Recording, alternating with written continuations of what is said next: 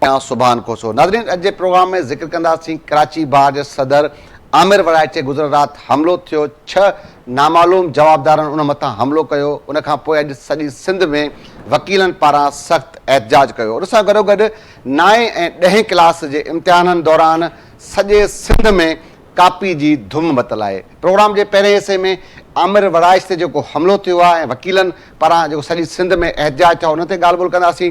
उन खां पोइ ॿिए मरहले में 9 ऐं 10 जे इम्तिहाननि में जेका कापी जी धुम आहे सरकार किथे नज़र न पई अचे, इन सॼे मामले ते अॼु जे हिन प्रोग्राम में गुफ़्तगू कबी। असांखे स्टूडियो में जॉइन कियो आहे कराची जा रिपोर्टर आहिनि इल्ताफ़ चन्ना साहब, जेको आहे मोहसिन सियाल साहब असांखे टेलीफोन लाइन ते जॉइन कयो आहे, हनीफ़ सुहाग साहब आहिनि लाड़काना जा रिपोर्टर आहिनि, उन्हनि असांखे वीडियो लिंक ते जॉइन कयो आहे, साहिल जोगी साहब सखर जा रिपोर्टर आहिनि, उन्हनि असांखे वीडियो लिंक ते जॉइन कया। कुझु देरि खां पोइ रफ़िया मलाह साहिबा आहिनि एडिशनल डायरेक्टर आहिनि प्राइवेट स्कूल्स, उहे असांखे टेलीफोन लाइन ते जॉइन कंदियूं। तव्हां सभिनी साथियुनि जी वॾी वॾी महिरबानी। अच्छा मोहसिन साहब, तव्हां खां शुरूआत कबी।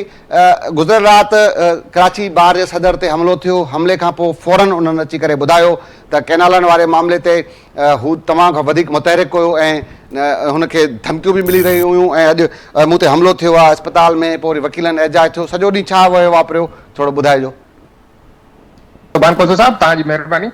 असल में ही जेको कराची बार एसोसिएशन जे सदर आमिर नवाज़ वड़ाइच जो हमलो थियो कल, इहो तक़रीबन 9:30 बजे खां वठी 10 बजे रात जे विच में थियो। ऐं ही हमलो आई चंद्रीगढ़ रोड ते कैफे बोगी नाले सां हिकिड़ो जेको ख़ानगी रेस्टोरेंट आहे उनमें आमिर वड़ाइच साहब जेको आहे वेठो हुयो। त जीअं ई ॿाहिरि निकितो त उन्हनि जो चवणु हुयो त 2 मोटरसाइकिलनि ते 6 जेके माण्हू हुया उहे सवार हुया, जेके हथियारबंद हुया, उन्हनि जेको आहे हुन ते हमलो कयो ऐं हुनखे सख़्तु तशद्दुद जो निशानो बनायो। तशद्दुद जो निशानो बनाइण खां बाद में हू उतां फरार थी विया। जेको सदर आहे कराची बार एसोसिएशन जो आमिर वड़ाइच साहब, उन चयो त मां हुनजो फ़ौरन ई जेको आहे उहो सोशल मीडिया ते ऐं मीडिया ते जेको वीडियो बयानु हुयो उहो अची वियो। हुन चयो त मां जेको आहे 6 कैनालनि वारा जेको आहे जेको ॾिनल उन कैनालनि जे हिन ते जेको आहे मां सख़्तु एहतजाज जे हुन में हुयमि ऐं असां हिकिड़ी तहरीक लाइ रहिया हुआसीं। 12 तारीख़ जो असांजो हिकिड़ो प्रोग्राम रखियलु हुयो, उनखे रोकाइण जी जेका आहे मुसलसल कोशिशि कई पई वञे ऐं उन प्रोग्राम खे रोकाइण जे लाइ जेका आहे मूंखे धमकियूं मिली रहियूं ऐं उन कैनालनि जे प्रोग्राम ऐं उनजे जेका आहे मुखालफ़त करण जे करे जेका आहे मूंखे तशद्दुद जो निशानो बणायो वियो आहे। मां तव्हांखे ॿुधायां त राति जीअं ई जेको आहे वाक़ियो थियो ऐं जेको कराची बार एसोसिएशन जो सदर आहे आमिर नवाज़ वड़ाइच ते हमलो थियो त उनखां बाद में उनखे ज़ख़्मी हालत में सिविल अस्पताल जे ट्रामा सेंटर जेको आहे उहो मुंतक़िल कयो वियो, जिते उनखे जो इलाजु हलियो। मां बि उन जॻह ते पहुतो हुयमि राति जिते उते जनरल सेक्रेटरी बार जो हुयो जेको ऐं उनखां गॾोगॾु नायब सदर बार जो हुयो जनरल सेक्रेटरी रहमान कुराई सां बि असांजी ॻाल्हि ॿोल थी ऐं काज़िम महेसर सां बि असांजी ॻाल्हि ॿोल थी। उन्हनि बि इहा ई ॻाल्हि कई त असांजो 12 तारीख़ ते जेको अप्रैल ते प्रोग्राम रखियलु आहे, सही, जंहिंमें कारपोरेट फार्मिंग ऐं 6 जेके इहे कैनाल आहिनि उन्हनि सां गॾु पीका एक्ट ऐं 26 तरमीम उन ते जेको सॼे मुल्क जा वकील आहिनि असां इकट्ठा करे रहिया आहियूं ऐं असां एहतजाज में वञी रहिया आहियूं। उन प्रोग्राम में जेको आहे असां लाइअमल तय कंदासीं, जंहिंमें असांजो ख़्यालु आहे त सिंध ऐं पंजाब जा जेके बॉर्डर आहिनि उहे बंदि कंदासीं ऐं रेलवे स्टेशन्स ते बि जेको आहे बंदि कंदासीं। असां उन में मुशावरत कंदासीं त कहिड़े नमूने सां असां जेको आहे अॻिते वधायूं ऐं इन के एहतजाज खे कहिड़े तरीक़े सां जेको आहे सलाह मशवरे सां जेको आहे प्रेस रिलीज़ जारी करे एहतजाज कयो वेंदो। उन प्रोग्राम खे रोकण जी जेका आहे उहा साज़िश हुई जंहिं ते करे हमलो थियो आहे, लेकिन असां हिन हमले जे करे नथा जेको हुन प्रोग्राम खे जेको आहे उहो नथा करे सघूं त असां प्रोग्राम को मुअतिल कंदासीं, पर असां हर सूरत में इहो प्रोग्राम कंदासीं ऐं उन्हनि जो इहो चवणु हुयो त असां एहतजाज में बि वेंदासीं। असांखे हमला जेके आहिनि करण या जेके आहिनि असांखे डिॼाइण जी कोशिशि कई पई वञे, फ़ोन ज़रिए बि असांखे कॉलूं मौसूल थियूं हुयूं जिन ते असांखे रोकियो वियो, असांखे डिॼाइण जी कोशिशि कई पई। असां कंहिं बि सूरत पोइ हिते न हटंदासीं पंहिंजे जेका आहिनि एहतजाज तां ऐं असां एहतजाज जी फाइनल जेका आहे उहा ज़रूरु कंदासीं। 12 तारीख़ जो जेको रखियल प्रोग्राम आहे उनमें भरपूर जेको नमूने सां उहो प्रोग्राम कंदासीं, असां एहतजाजनि में वेंदासीं। ठीकु आहे। हिन हमले खां बाद में घरू वज़ीर सिंध बि जेको आहे उहो नोटिस वरितो हुयो ऐं SSP सिटी खां जेको आहे जवाबु तलब कयो हुयो लेकिन सिंध पुलिस जे तरफ़ां हिन महिल ताईं का बि जेका आहे चीज़ साम्हूं न आई आहे अञा ताईं का CCTV छो त हू कैफ़े बोगी ऐं अहिड़ो इलाइक़ो आहे जिते तक़रीबन CCTV जेके वीडियोज़ ज़रूरु हूंदा लेकिन अञा ताईं अहिड़ी का CCTV वीडियो साम्हूं न अची सघी आहे जंहिंमें हिन हमले जी जेका थिए त कहिड़ी सूरत सां थियो आहे या पुलिस जी जेका जांच आहे अॻिते ऐं मां तव्हांखे वधीक ॿुधाईंदो हलां त हिन हमले में ऐं जेको सदर आहे कराची बार जो आमिर नवाज़ वड़ाइच साहब या जनरल सेक्रेटरी नायब सदर जेको आहे उन्हनि सभिनीनि सां जेका ॻाल्हि ॿोल थी त उन्हनि चयो त असां कंहिं बि क़िस्म जी कानूनी कार्रवाई न कंदासीं छो त नामालूम जंहिं ते FIR थींदी आहे या कानूनी कार्रवाई थींदी आहे त अॼु ॾींहं ताईं उहे गिरफ़्तार न थिया आहिनि या अहिड़ा कोई बि साम्हूं न आया आहिनि त असांखे ख़बर आहे त उन्हनि जे ख़िलाफ़ कोई एक्शन न थींदो इन जे करे असां कानूनी कार्रवाई न कंदासीं। ऐं अॼु तव्हांखे वधीक ॿुधायां त अॼु वकीलनि जेको आहे हिन राति वारे हमले खां बाद में ई फौरन ऐलान कयो हुयो त सॼे सिंध में ऐं बल्कि सॼे मुल्क में जेको आहे वकीलनि जी तरफ़ां स्ट्राइक रहंदी त अॼु जेको आहे कराची जा पूरा जेके हिन जे में मलीर बार एसोसिएशन आहे सिटी कराची बार एसोसिएशन आहे सिंध बार एसोसिएशन आहे उन्हनि जो मुकम्मल जेको अदालतनि जो हो उहो बाइकाट रहियो हुयो ऐं अदालतनि जी जेका कार्रवाई हुई उहा बिल्कुलु मुअतल रही ऐं वकील जेके आहिनि उहे सरापा एहतजाज हुया ऐं समन जी तादाद में वकील गॾु थिया उन्हनि नारेबाज़ी बि पिणु कई ऐं जेको असांजी ॻाल्हि ॿोल हाणे बि कुझु देरि पहिरियां जेका आहे जनरल सेक्रेटरी कराची बार सां थी आहे रहमान कुराई सां इहो ई चयो आहे त ही 12 तारीख़ जो प्रोग्राम हर सूरत में थींदो जंहिंमें असीं जेको आहे कारपोरेट फार्मिंग उन सां गॾोगॾु 6 कैनाल पीका एक्ट ऐं 6वीं तरमीम जे ख़िलाफ़ असां भरपूर एहतजाज करणु वञूं पिया ऐं असां जेके आहिनि सॼे मुल्क जे वकीलनि खे गॾाए करे ही एहतजाज कंदासीं। ठीक आहे वॾी महिरबानी मोहसिन सियाल साहब तव्हां पंहिंजो कीमती वक़्तु ॾिनो जी नाज़रीन असांखे जॉइन कयो आहे रफ़िया मल्हा साहिब आहिनि उन्हनि बि असांखे जॉइन कयो महिरबानी तव्हांखे वॾी महिरबानी। अच्छा हनीफ़ सुहाग साहब तव्हां ॾे अचिबो वकीलनि सॼे सिंध में एहतजाज जो ऐलान कयो ज़ारी ॻाल्हि आहे लाड़काणे रीजन में बि एहतजाज थिया छा सूरत हाल रही थोरो मुख़्तसर इहो एहतजाज जे हवाले सां ॿुधाइजो। जी बिल्कुलु साहब हिते लाड़काणे में बि अॼु जेको कराची बार एसोसिएशन जो जेको सदर आहे आमिर वड़ाइच उन हमले ख़िलाफ़ अॼु लाड़काणे डिवीज़न जे अंदरि जेके नंढा वॾा शहर आहिनि जिते जिते अदालतूं क़ाइमु आहिनि उते वकीलनि पारां न रुॻो अदालती कार्रवाइनि जो बाइकाट कयो पर उनखां अलावा एहतिजाजी मुज़ाहिरा करे खणा विया। लाड़काणे शहर जे अंदरि बि हाई कोर्ट बार एसोसिएशन ऐं डिस्ट्रिक्ट बार एसोसिएशन पारां गॾियल तौर एहतिजाजी रैली कढी वई जेका शहर जे मुख़्तलिफ़ रोड रस्तनि खां थींदी जनाबाग चौक ते पहुती जिथे धरणो बि हुयो न रुॻो आमिर वड़ाइच ते हमले वारे वाक़े जी मुस्बत कई वई पर उन वक़्तु सिंधू दरिया ते कैनाल अॾणु नामंज़ूर जा नारा बि हया विया। उन्हनि चयो त आमिर वड़ाइच ते सिर्फ़ु इन करे हमिलो कयो वियो आहे त उन जेको कन्वेंशन सॾायो आहे सिंधू दरिया ते कैनाल अॾणु ख़िलाफ़ उन कन्वेंशन खे जेको आहे रोकण लाइ ऐं जेको आहे इन जदोजहद खे तहरीक खे रोकण जे लाइ इहो हमिलो कयो वियो आहे ऐं असां कंहिं बि सूरत में जेको आहे इहा शइ जेको आहे मंज़ूर न कंदासीं त असां ते हमला कया वञनि पर इन अमल जी मुज़मत कयूं था ऐं 12 जेको तारीख़ ते जेको कन्वेंशन सॾायो उन में सॼी सिंध पाकिस्तान जा वकील जेके आहिनि उन में शिरकत कंदा असां बि उते शिरकत कंदासीं।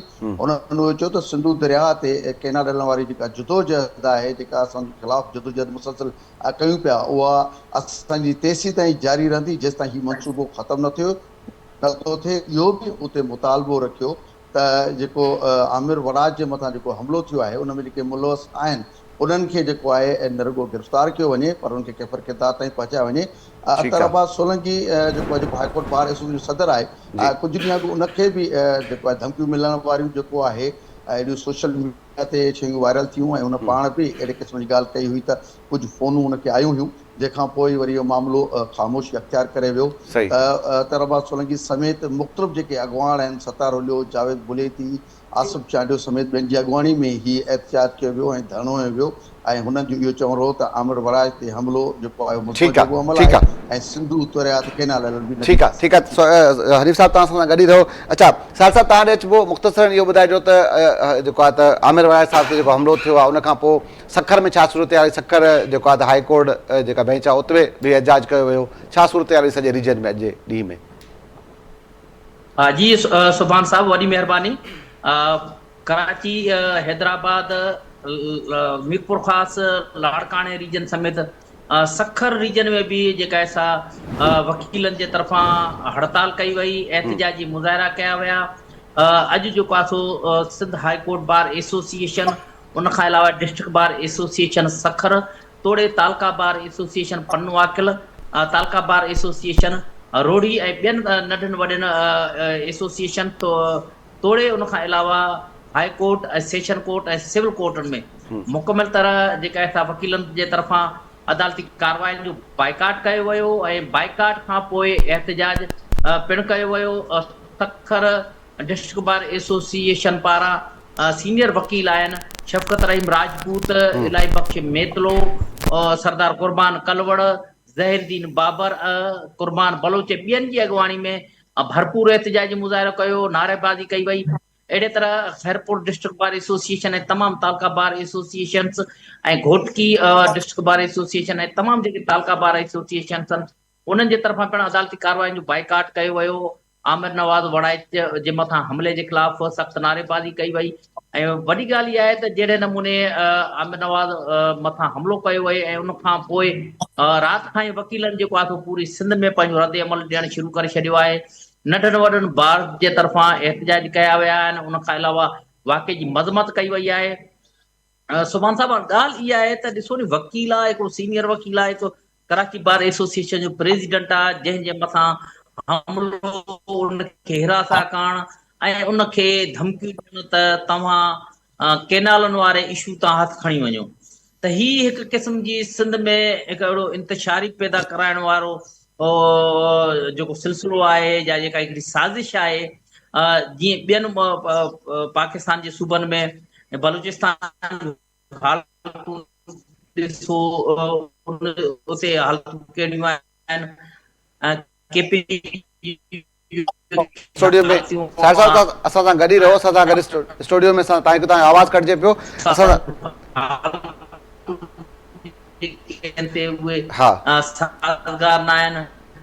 सिर्फ़ु पंजाब आहे। अच्छा साहिल साहब तव्हां असां सां गॾु ई रहो, बिल्कुलु तव्हांजी ॻाल्हि ठीकु आहे। असां सां गॾु अल्ताफ़ चाना साहिब बि स्टूडियो में मौजूदु आहिनि। अल्ताफ़ साहिब, हीअ जेको पाण ज़िक्र कयोसीं सोहेल आमिर वड़ाइच साहिब वारो, उन खां अलावा हिकु ॿियो वॾो अहम इशू आहे त कराची समेत सॼी सिंध में 9 ऐं 10 जा जेके इम्तिहान जारी आहिनि उन्हनि में हर हंधि तां इहे वीडियोज़ वायरल थियनि थियूं सोशल मीडिया ते, हिकिड़ी माना धुम मतल आहे कापी जी। कराची जी अगरि ॻाल्हि कजे, कराची में छा सूरत रही? हिते त माना आम रवाजी इलाइक़नि में जीअं चवंदा पाण पुठिते पल इलाइक़नि, हीअ त तमामु वॾो शहरु आहे, हिते बि सूरत हाल छा हुई? थोरो मंदरकशी कजो। सुभान साहिबु, हीअ जेको 9 ऐं 10 जो जेको इम्तिहानी जेको सिलसिलो आहे उहो ॿियो ॾींहुं आहे शुरू थी चुको आहे कराचीअ में। त तव्हांखे तफ़सीली ॿुधाईंदो हलां त कराचीअ में तक़रीबन 4.25 लख जे लॻभॻि जेके उम्मीदवार आहिनि उहे हिन 2 ॾींहंनि खां जेको आहे सो उहे इन्हनि में हिसो वरितो आहे। हाणे हिन में जीअं हीअ जेको कापी कल्चर आहे असांजे सिंध में अॼु जो आहे कोन, सालनि जो आहे। हीअ हेॾो वॾो शहरु जिते लखें ॿार जेकी आहिनि उहे इम्तिहान ॾियनि था, पर असांजी बदकिस्मती इहा आहे त माफ़ु कजो, असांखे बदकिस्मती इहा आहे त यूनिवर्सिटी एंड बोर्ड खाते जो जेको सेक्रेटरी जेको पाण MBA जी जाली डिग्री हासिलु करण में मुलविस हुजे त उन इदारे मां कहिड़ी बहितरीअ जी उमेदु रखी सघिजे। बदकिस्मती असांजी इहा ई आहे त केतिरनि ई सालनि खां सिंध जे समूरियूं जेके बि तालीमी बोर्ड्स आहिनि उन्हनि में सेक्रेटरी बोर्ड ऐं कंट्रोलर इम्तिहानात हिन वक़्त ताईं मुस्तक़िल तौरु मुक़ररु न आहे थियल। 8 बोर्ड्स आहिनि असांजो तालीमी बोर्ड सिंध में। 4 सालनि खां असांजो चेयरमैन जेको आहे उहो बोर्ड जा जेके उहे मुक़ररु न हुया, उहे रिसेंटली हफ़्तो अॻु उहे मुक़ररु थिया। हिन वक़्तु जेका कराची जी जेका सूरत हाल आहे उते करप्शन करण जा नवां ऐं जदीद तरीक़ा मुतारिफ़ कराया पिया वञनि। हिकु त जेकी खांगीस जेके सेंटर आहिनि उहे क़ाइमु कया वेंदा आहिनि, उन्हनि जा जेके ठीका आहिनि उहे मनपसंदि माण्हुनि खे ॾिना वेंदा आहिनि। उन सां गॾु फर्नीचर जी जेका खोट आहे उहा ॼाण आहे। जेकॾहिं त स्कूलनि में सरकारी या खांगी स्कूल हुजनि उते जेकॾहिं 50,000 डेस्कनि जी ज़रूरत हूंदी आहे त उते 20,000 डेस्कूं ॼाण आहे ऐं उहो उते जेका आहे उन्हनि पैसनि खे खुर्द बुर्द कयो वेंदो आहे। कापीअ जी धुम मतल आहे। विजिलेंस टीमूं जेकी आहिनि उहे त खणी विज़िट ऐं दौरा कनि थियूं पियूं, पर हेॾा 500 जेके सेंटर आहिनि उहे क़ाइमु कया विया आहिनि। उन्हनि 500 सेंटरनि में फर्नीचर जी खोट आहे, पाणीअ जी खोट आहे, के इलेक्ट्रिक जेके आहिनि उहे बिजलीअ जी लोड शेडिंग जेका आहे उहा बरक़रार आहे। जेके ॿार आहिनि उन्हनि खे परचो हल करण में तमामु घणी तकलीफ़ थिए थी, बिजली न हूंदी। गर्मीअ में ॿार जेके आहिनि उहे सेंटरनि में वेठल आहिनि। असांखे अॼु त केतिरनि ई सेंटरनि ते जेके ॿार आहिनि हद खां वधीक नज़र आया त किथे वरी अॼु एडिशनल डायरेक्टर रफ़िया मला जी अॻुवाणीअ में जेको आहे सो हुन मुख़्तलिफ़ सेंटरनि जो दौरो कयो आहे। उन में लियारी जो हिकिड़ो स्कूल आहे, उते जेको सेंटर क़ाइमु कयो वियो आहे उन में सिर्फ़ु 8 जेके आहिनि शागिर्दाणियूं हुयूं। ॿिए तरफ़ हिकिड़ो स्कूल आहे जंहिंमें 150 वधीक ॿार उतड़े उन्हनि खे मुक़ररु करे उन्हनि खे विहारे हेठि जीअं कोई ताज़ियत करण जे लाइ वेंदो आहे, ईअं ॿार हेठि पट ते वेही करे उन्हनि इम्तिहान ॾिनो आहे। बिजलीअ जे हवाले सां जेका के इलेक्ट्रिक खे मैट्रिक बोर्ड दरख़्वास्त कई त जेके इम्तिहानी वक़्त दौरान जेका लोड शेडिंग न कई वञे, पर के इलेक्ट्रिक पंहिंजी होड़ ते क़ाइमु आहे। हाणे ही तव्हांखे ॿी ॻाल्हि इहो ॿुधाईंदो हलां त जेके सिंध में जेके नवां चेयरमैन मुक़ररु थिया आहिनि उन्हनि में 2 जेके आहिनि मुख्य जेके चेयरमैन आहिनि, कराची इंटरमीडिएट बोर्ड ऐं ॿियो हैदराबाद बोर्ड जा जेके चेयरमैन आहिनि उहे चार्ज वठण जे लाइ तयारु न आहिनि। हाणे उन जो सबबु इहो आहे त हीअ सालनि खां जेको हिन में मुबैना तौरु जेकी करप्शन आहे, सियासी मदाख़लत आहे, उन जे करे केरु हिते अचण जे लाइ तयारु कोन्हे को।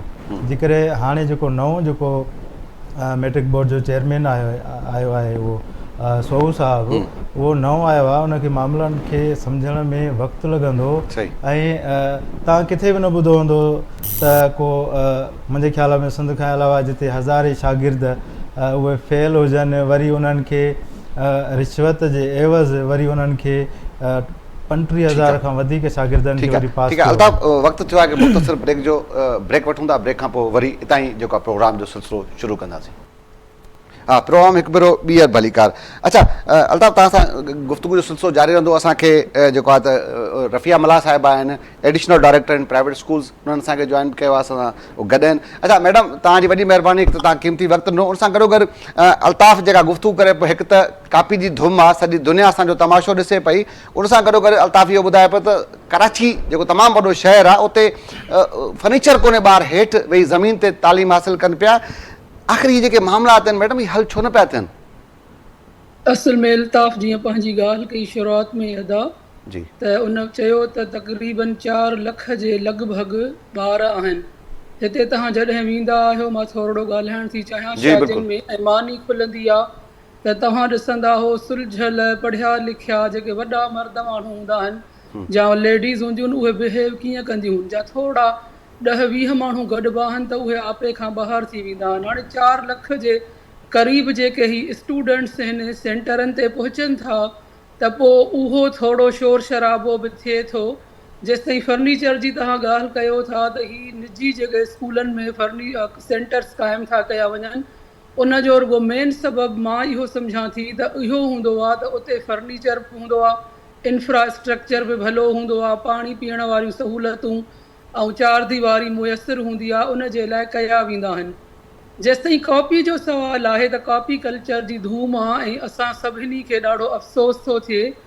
ॾिसो, मां इहो ई सबबु आहे जो पंहिंजे पुट ऐं पंहिंजी धीउ खे OA लेवल करायो त जीअं मुंहिंजो पुटु या मुंहिंजी धीउ उन प्रोसेस जो हिसो न थिए जेको मां नथी चाहियां। पेरेंट्स जेको आहे कॉपी में 100% इन्वॉल्व आहे।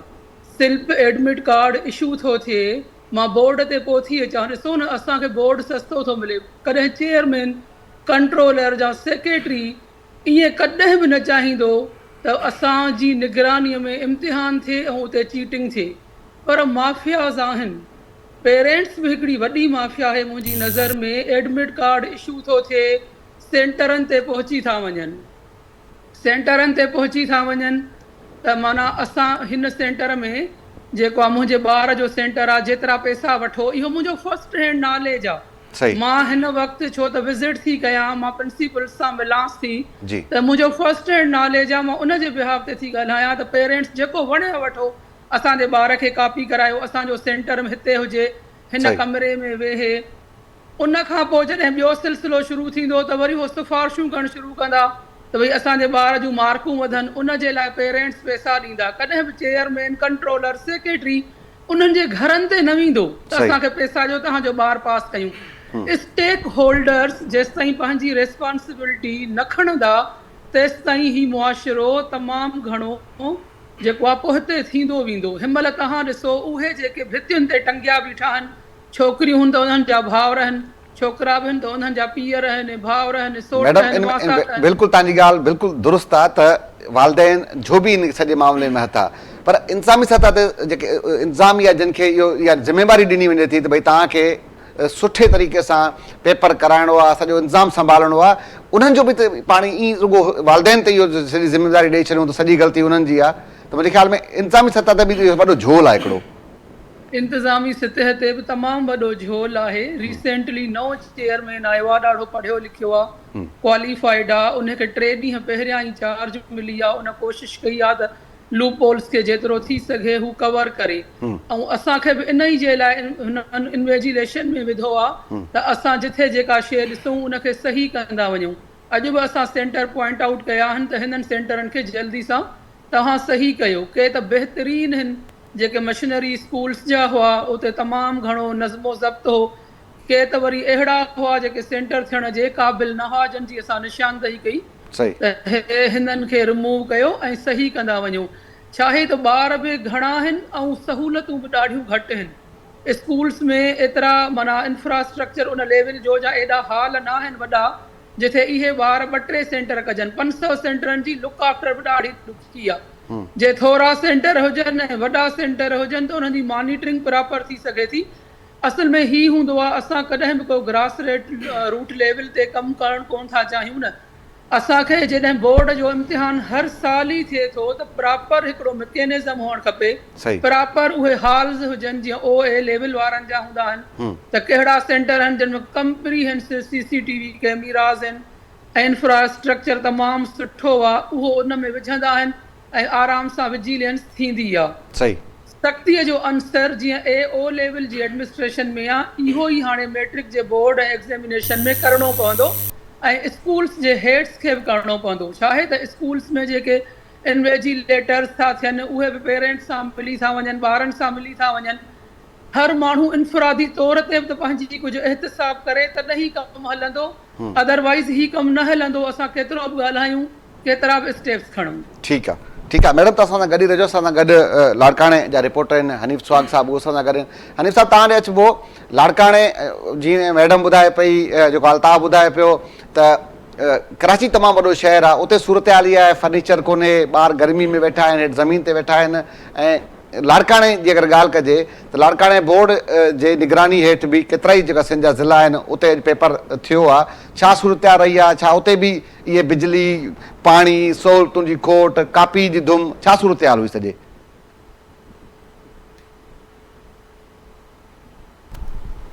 जी बिल्कुलु सुभान खुद साहब, इहा हक़ीक़त आहे। मतिलबु अॼु खां न, इहो सालनि खां वठी जेको आहे तालीम बोर्ड लाड़काणो हुजे या ॿिया मुख़्तलिफ़ जेके हुजनि डिविज़न्स हुजनि या शहर हुजनि जिते इम्तिहान थियनि था, 9हीं 10हीं 11हीं 12हीं दौरान जेको आहे कापी जी धुम मचल रहे थी।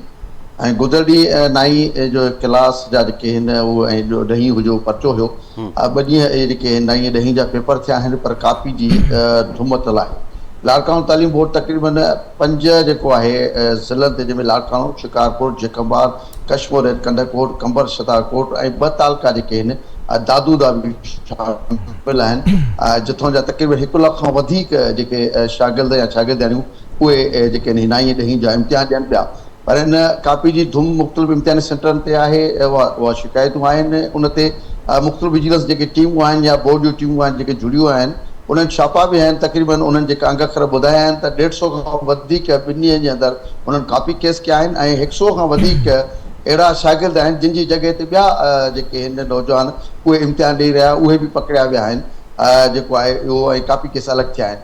त उनखां अलावा इहे शिकायतूं बि डिवीज़न जे अंदरि आहिनि त किथे किथे इम्तिहान सेंटरनि ते बिजली न आहे, किथे पखो न आहे, किथे फर्नीचर जी खोट आहे, किथे थधे पाणी जी खोट आहे। इहे बिल्कुलु शिकायतूं आहिनि, पर ज़रूरु न आहे त रुॻो लाड़काणे शहर जो मैट्रो आहे, हीअ सॼी डिवीज़न जो मैट्रो आहे। 2 तालका उन सां गॾु अचनि था ऐं खोड़ हंधनि ते जेको आहे पाणी हिन वक़्तु तव्हां सम्झो था त लाड़काणो में गर्मी जेका आहे 47-48 ताईं पहुती आहे उहो गर्मी पद रहियो आहे ऐं गर्मी तमामु शिदत अख़्तियार कंदी पई वञे ॾींहों ॾींहुं।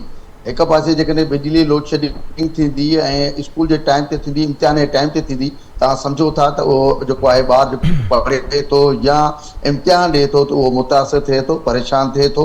ऐं जेकॾहिं उनखे थधो पाणी उन वक़्तु न मिले ज़रूरु उहा परेशानी अलॻि थिए थी। ज़ाहिर आहे इम्तिहान ॾियणो बि हिकिड़ो वॾो इम्तिहान आहे न, त ज़रूरु ॿारु जेको आहे हिकिड़ो ॾियणो के डिप्रेशन में बि अची वेंदा आहिनि, त उन वक़्तु पाणी जी ज़रूरत ज़रूरु पए थी ऐं पाणी हुजणु बि ज़रूरी आहे, ख़ासि तौर ते हिन गर्मी वारी मौसम में। त उहो पाणी जी खोट बि रहे थी, बिजलीअ जो मसइलो बि आहे, पर ओवरऑल सेंटरनि ते मुख़्तलिफ़ हंधनि ते कापी जेका आहे उहा बिल्कुलु उनजी धुमतल आहे, पर टीमूं बि जुड़ियल आहिनि, पर उनखे थियण ई घुरिजे त उन ते भरपूर जेको आहे कमु करण जी वधीक ज़रूरत आहे त जीअं कापी खे जेको आहे वधीक रोके सघिजे। सही, ठीकु आहे। अच्छा साहिल साहिबु, तव्हां ॾिए चइबो सखर तमामु वॾो हिकिड़ो बोर्ड आहे, ख़ासि तौर ते सरहदी ज़िलो घोटकी ॾेरकी उॿाड़े वारे पासो बि हिनखे लॻे। अक्सर इन पासे खां इहे शिकायतूं हूंदियूं आहिनि त पंजाब जे इलाइक़नि जा जेके शागिर्दनि जेके उते बार बार फेल थियनि था उन्हनि खे त इम्तिहान ॾियारियो पियो वञे।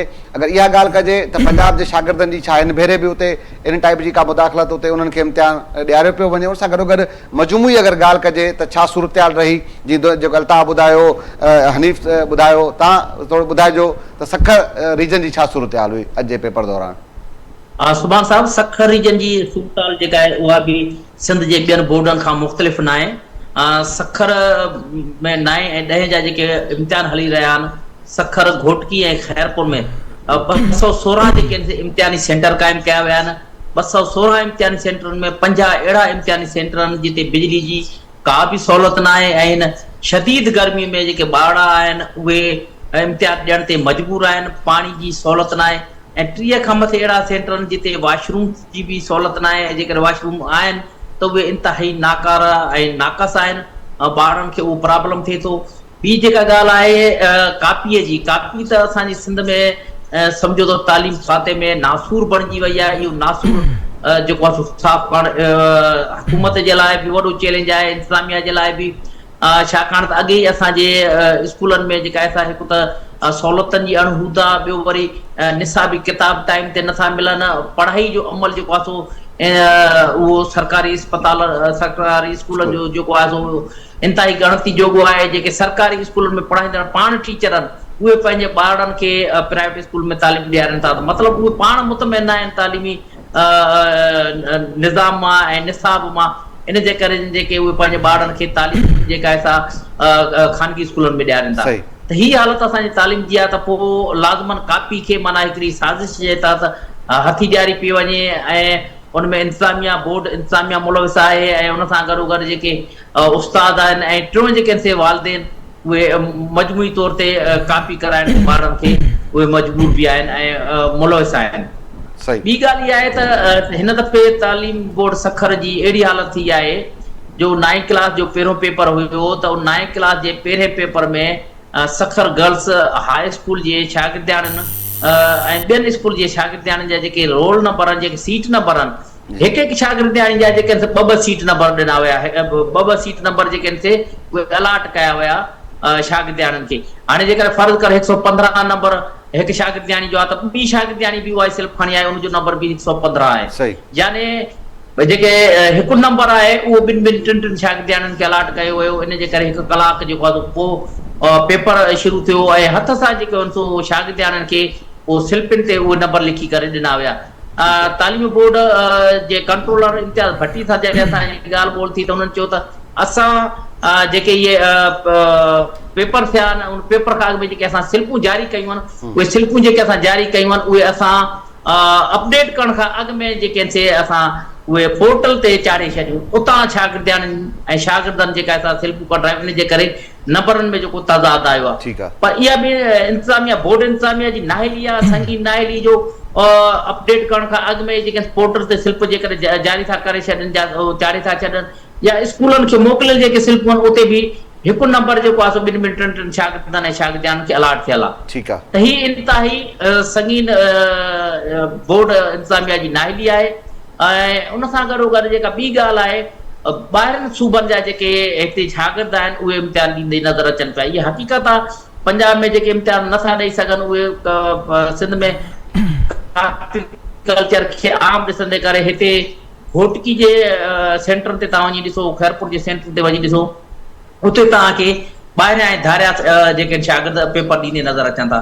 त हीअ इंतहाई ख़तरनाक सूरताल आहे, छाकाणि त अॻे असांजा जेके नौजवान आहिनि उहे बेरोज़गार आहिनि। ठीकु आहे, ठीकु आहे। पर वॾी ॻाल्हि इहा आहे त असांजा जेके इंतिज़ामिया आहे या स्कूल जा जेके माण्हू आहिनि उहे पैसा वठी करे ॿारनि शागिर्दनि खे दाख़िला ॾियनि था। पोइ हालत इहा थी ठीकु आहे, असां ठीकु आहे, ठीकु आहे साहिल साहब,